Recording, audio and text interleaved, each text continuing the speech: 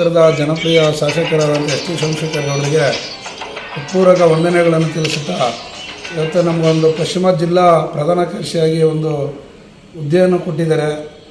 ನಾವು ಈ ಒಂದು ಕಾಂಗ್ರೆಸ್ ಪಕ್ಷಕ್ಕೆ ಹೆಚ್ಚಿನ ರೀತಿಯಾಗಿ ಹೋರಾಟ ಮಾಡಿ ಪಕ್ಷ ಸಂಘಟನೆಗೆ ಹೆಚ್ಚಿನ ಒಂದು ಆದ್ಯತೆ ಕೊಟ್ಟು ನಮ್ಮ MLA ಮುಂದಿನ ಚುನಾವಣೆಗೆ ಅವ್ರ ಕೈ ಬಲಪಡಿಸೋದಕ್ಕೆ ನಮ್ಮೆಲ್ಲ ಕ್ಷೇತ್ರದ ಕಾರ್ಯಕರ್ತರನ್ನು ಒಗ್ಗೂಡಿಸಿ ಹೊಂದಾಣಿಕೆ ಮುಖಾಂತರ ಪಕ್ಷ ಸಂಘಟನೆ ಮಾಡೋಕ್ಕೆ ಅವ್ರ ಜೊತೆ ಸದಾ ನಿಲ್ತೀವಿ ಅಂತೇಳಿ ನಮ್ಮ ಸೋಮಶೇಖರ್ ಗೌಡರಿಗೆ ನಾವು ಧನ್ಯವಾದಗಳನ್ನು ತಿಳಿಸ್ತಾ ಇದ್ದೀವಿ.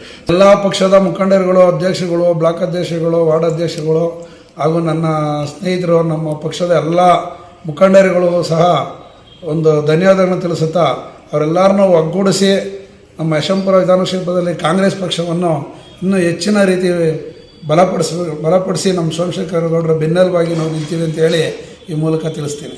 ಸೊ JDS ಭದ್ರಕೋಟೆ ಇಲ್ಲ, ನಮ್ಮಲ್ಲಿ ಒಂದು ಒಗ್ಗಟ್ಟು ಇಲ್ದ ಇದು ಭದ್ರಕೋಟೆ ಅಂತ ಹೇಳ್ತಾರೆ ಅಷ್ಟೇ. ಇಲ್ಲಿ ವೋಟರ್ಸ್ ಖಂಡಿತವಾಗಿ ಕಾಂಗ್ರೆಸ್ಗೆ ವೋಟ್ ಹಾಕೋಂಥ ಜನ ಇದ್ದಾರೆ. ಯಾಕೆಂದರೆ 2015 ನಾವೇನು ಈ ನಮ್ಮ ಏರೋಳ್ಳಿ ಭಾಗದಲ್ಲಿ ನಾವು ಲೀಡ್ ಕೊಟ್ಟು ಕೌನ್ಸಿಲರ್ನ ಗೆಲ್ಸಿದ್ದು.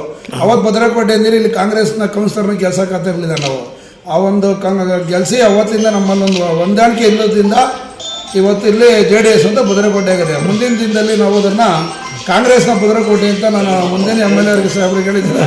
ಇವತ್ತು ಹೇಳ್ತೀನಿ, ಮುಂದಿನ ದಿನದಲ್ಲಿ ಈ ಭಾಗದಲ್ಲಿ ನಾವು ಹೆಚ್ಚಿನ ಒಂದು ಕಾಂಗ್ರೆಸ್ನ ಲೀಡ್ ಕೊಟ್ಟು ತೋರಿಸ್ತೀವಿ ಅಂತ ನಾನು ಈ ಮುಖಾಂತರ ಹೇಳ್ತಾ ಇದ್ದೀನಿ. Thank you sir. ಸಣ್ಣವರು ಪ್ರಧಾನ ಕಾರ್ಯದರ್ಶಿ ಆದದ್ದರಿಂದ ಅವ್ರಿಗೆ ಒಂದು ತುಂಬು ಹೃದಯದ ಧನ್ಯವಾದವನ್ನು ಹೇಳೋದಕ್ಕೆ ನಾನು ಇಷ್ಟಪಡ್ತೀನಿ. ಪ್ರಧಾನ ಕಾರ್ಯದರ್ಶಿ ಆಗಿರೋದ್ರಿಂದ ತುಂಬ ಹೃದಯದ ಒಳ್ಳೆಯದಲ್ಲಿ ಪಕ್ಷ ಎಲ್ಲ ಒಗ್ಗಟ್ಟಲ್ಲಿ ಹೆಚ್ಚಿನ ಕೆಲಸ ಮಾಡಿ ನಮ್ಮ MLA ಗೆ ಒಂದು ಒಳ್ಳೆಯದಾಗಿ